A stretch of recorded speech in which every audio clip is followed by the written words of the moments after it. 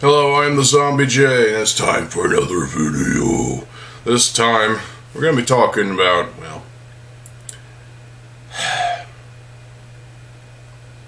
characters first, sets second. This is an opinion by me, TheZOMBIEJ, mostly in response to a comment I got from a viewer, from a subscriber, I assume. In which they said, all Bionicles are sets first, characters second. LEGO designed the sets. Well, they had set designers in-house. And so, to go along with the sets is the story. And so they have to flesh these characters out, flesh out the story, and, you know, write excellent characters. In which they did. But their main priority was selling the toys. The story came second, according to, well, this commenter. I don't believe this. In my opinion, characters come first. The sets are secondary. I love the sets. I love the Bionicle G1 sets. There are some that are crap, don't get me wrong, but by crap I mean there's some that just are not well designed, and as a result they're just well, some of my least favorite sets. In fact, I have a list video, worst Bionicle G1 sets. I think it's G1. Maybe there's a G2 set in there as well. I don't know. The point is, I love the Bionicle G1 sets. I mean, look, the Toamata up there are my childhood heroes. I can't state that enough. I mean, seriously. But I always treated the Bionicle characters, the Toamata, as characters, as, you know, individuals. And I respect them. I respect the characters as characters more than sets.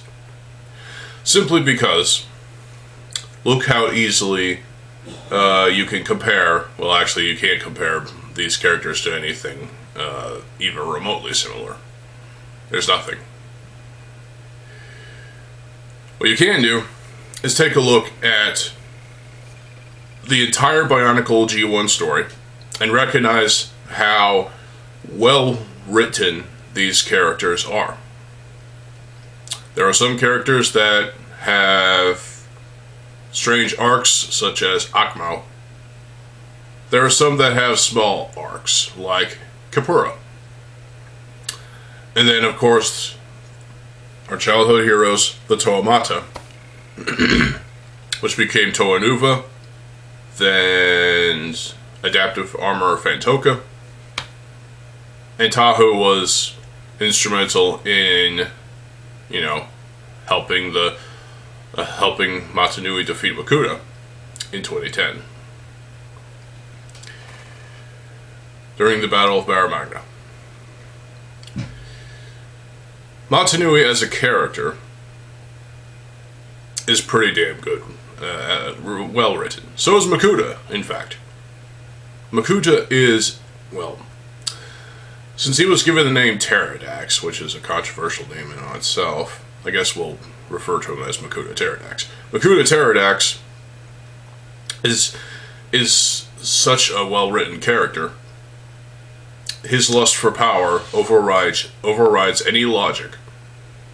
And he went through great lengths to defeat any enemy, only to get defeated himself, and then finally killed.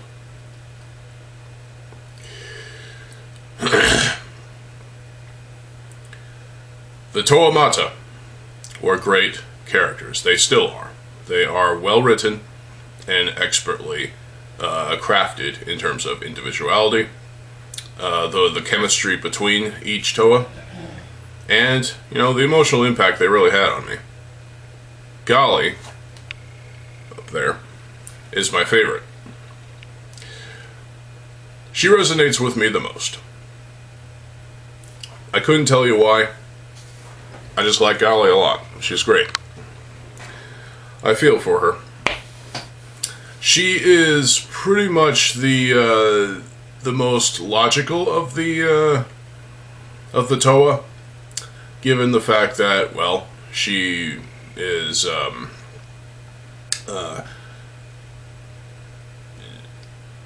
she puts ends to fights between Tahu and Kopaka really quickly. And she tries her best to keep the team united, because if the team is not united, they can't be truly powerful. Unity comes first. This is evident in Mask of Light, and of course throughout the entire story. No Toa team should split into 2 or 3 groups.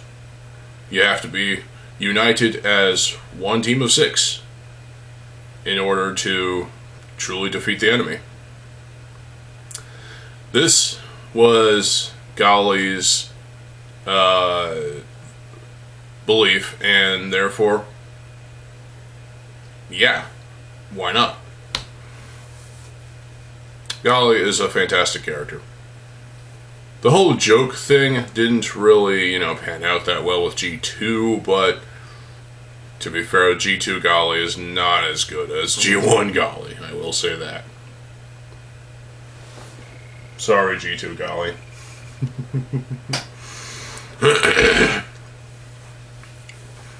Toa Lee Khan is also a really good character that was well written. Also the mythology of Lee, the surfer. Because on the island of Matanui, in their way of remembering Toa Lee Khan, the Turaga, or once the Toa Metru, then the Toa Hordika, then the Toa Metru again, then Turaga. The Turaga told the legends of Lee, the surfer, in honor of Toa Lee Khan, who was revived on the Red Star, and, well, I guess he was still there. Still, this is pretty cool. I like this story arc. The Gold Good Guy set that came with the Duracell batteries, yes, that's Turaga Lee Khan. And that set design was, well, partially responsible for why Kaze, the Komatoran from Voyunui, yeah, the designs are similar.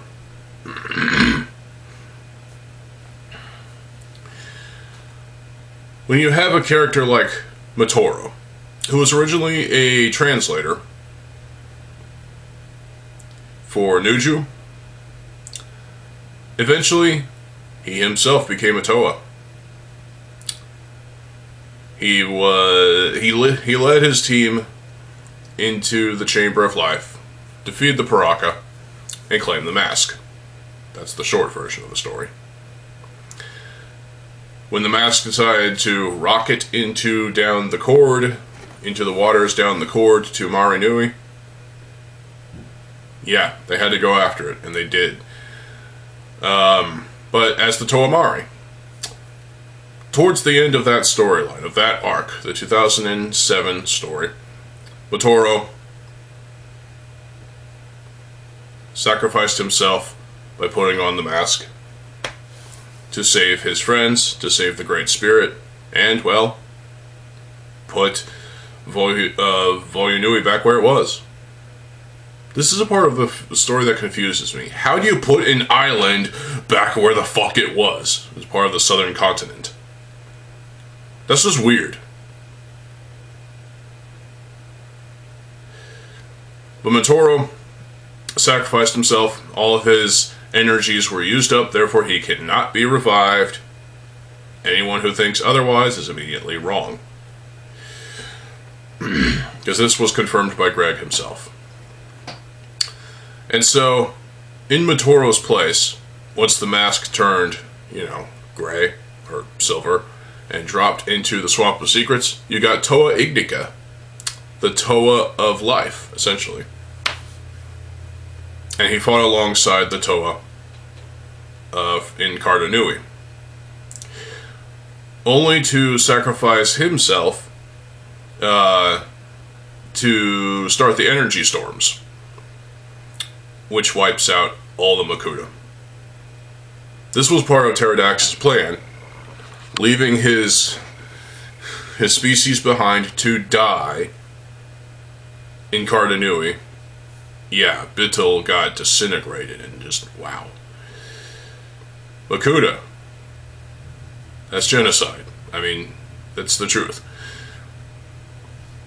But Toa Ignica's arc was cut short, and I understand why. Because the energy storms had to happen, and that's the way things went. So Motoro and Toa Ignica were interesting characters that kind of, like, melded together in a way, because Toa Ignica was basically, you know, continuing what Motoro could have done to help the Toa Nuva, Fantoka Mystica, achieve their mission, as a different Toa, obviously. So, with that being said, Tren Krom, a fully organic being, almost like a human. Not really, though. This is an interesting character that eventually got killed because of its organic nature. Well, this was a character that I thought was pretty damn good. Well written, expertly, thought of. And, well, obviously you don't get it in set form, because how would you do that? Rubber? You would have to make him out of rubber? That makes sense, because, well, I had a little frog, dude. Little, that tall. Got him at the St. Louis Zoo. For I don't know how much. It was a little rubber dude. A little rubber froggy dude. And so I can see with that kind of rubber being used for Tren Krom as a promo item. You have to give him tentacles. Yes, he's a tentacle hentai monster. And, well, was there ever a canonization contest for Tren Krom? The way he looks in his fully organic state? I don't know. I don't think so. That's probably the next one that's going to happen, though. Crap, I just gave them an idea. So, another character that has just a great history is Takua. Takua was birthed as a Avmatoran. He sold items, souvenirs, in Metronui. Then, when it came to Matanui, the island, paradise, he was the chronicler. And was instrumental in calling for the Toa. You know, those guys. And, well, he succeeded. He continued to be the chronicler and help the Toa along their mission to defeat evil, to defeat Makuta in every which way he possibly could. With alliances from different villages, and, you know, just, yeah. In 2003, obviously, Mask of Light happened. And, essentially, after witnessing his best friend's death, Takua put on the mask, realizing that he is an Avmatoran, because that was a retcon that happened. And this was his destiny to become the Toa of Light, Takanuva, who defeated Makuta,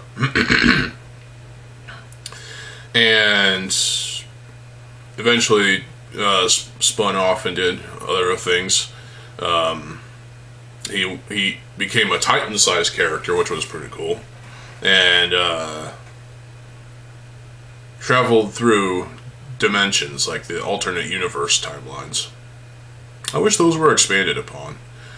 And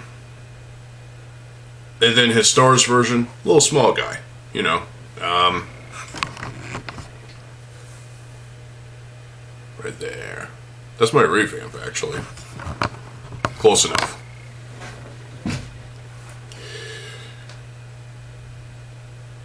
And then, when it came to the reformation of Spheres Magna, you know, Takanuva did what he could to defeat Rakshis, the heat vision Rakshis, in his star's form. And, well, story ended, and Takanuva has new alliances with Glatorian and whatnot. And of course, probably the most well-written character for Bionicle G1 is Tahu. As overrated as he is, Tahu, the leader of the Toa Mata, Toa Nuva, Toa Mystica Fantoka, he had his struggles with Kopaka and with his other Toa, you know, and as a result, his anger is hard to control. So that's why Gali had to splash water on him in Mask of Light. But that's because he was under poison and anger control. Tahu and Gali made amends with the fist bump thing in Mask of Light after she healed him, and there you go. So, the Toa Nuva were not able to defeat the Paraka. The Paraka outclassed them, basically, and the Matoran resistance essentially saved the Toa Nuva from being dropped into the volcano. And, well, they got their masks back, and the Toa Nuva, with Tahu being the leader, they went on to do other things for the Order of Matanui. Then they got the adaptive armor, which they finally went to the Karda Nui, the core of the universe, and they split into two teams, the Fantoka and the Mystica. And the mission was complete. Tahu, during the revolution against Makuda's reign in Reign of Shadows, did what he possibly could to hold off against the forces of Makuda. And so, during the Battle of Barra Magna, once Makuda arrived and Tahu came out, Matanui in his new robot form shined some light on him with some golden armor, which got scattered, and so Tahu, Gresh, and Takanuva had to find the armor, and Tahu put it on in his Stars form, which my revamp is over there somewhere. This armor was powerful enough so that he can unleash a blast which would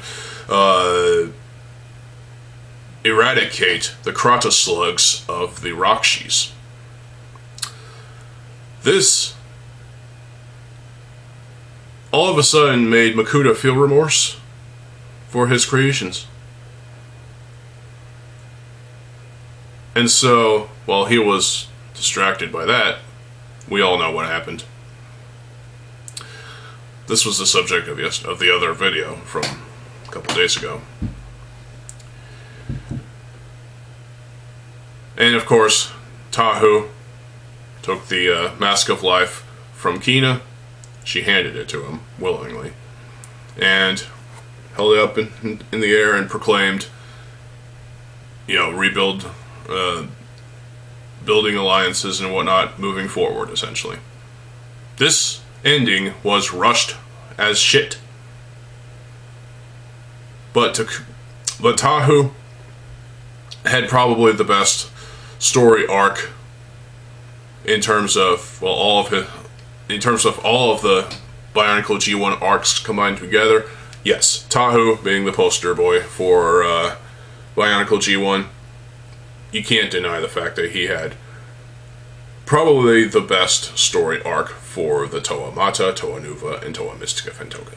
Can't say the same for G2. No. Again, Sorry, G2 Tahu. So, yeah, I treat the Bionicle characters much more closer to heart. I hold them close to emotionally, you know, because I don't see them just 100% as toys. Nowadays they're collectibles, obviously, and I see these characters as inspirations for stories that I want to write someday. And as a result of that, I have ideas. Stay tuned. Including a fanfic. Stay tuned for that. So, I will conclude it with this. Thank you for your comment, subscriber. I don't remember the username. But, when you really think about it, when you really dig deep into the story of Bionicle, the characters were really well written. A lot of them more so than others, but there's no denying the fact that these characters are some of the best written characters, if not the most well written characters in LEGO history. I can't say the same for Ninjago with those characters. Not at all. That's a story that's become more conflated and more convoluted, and it just goes nowhere. It's a mind fuck. It really is. Bionicle has the best characters, the best LEGO characters in my opinion. And this is why I hold them in high regard. As characters, more so than sets. Well, it's nice to have the sets again, and this month I got Onua Mystica. The sets are still cool, and I like them. I really do. There are sets that I never got, like some vehicles, and some exclusive sets, like Mazica and Titan Matanui. Yes, Titan Matanui, not Toa Matanui. It's just... They really confused us with that set name.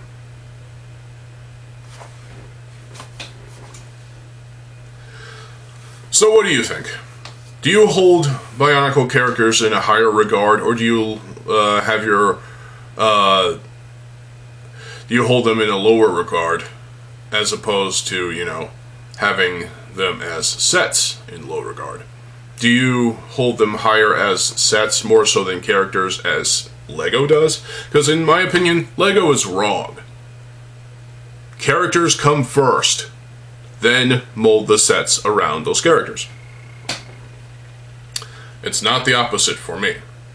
LEGO, sets first, characters second. Well, for me, it's characters first, sets second. I know that might piss off someone. I don't care. This is merely my opinion. Yours is fine until proven otherwise. And so, let's toast to well-written Bionicle characters. This is tea. Black tea, fairly bitter. There you go. That's my video for this video. I might have another one for you today. I don't know. We'll see. So, I hope you all enjoyed this video.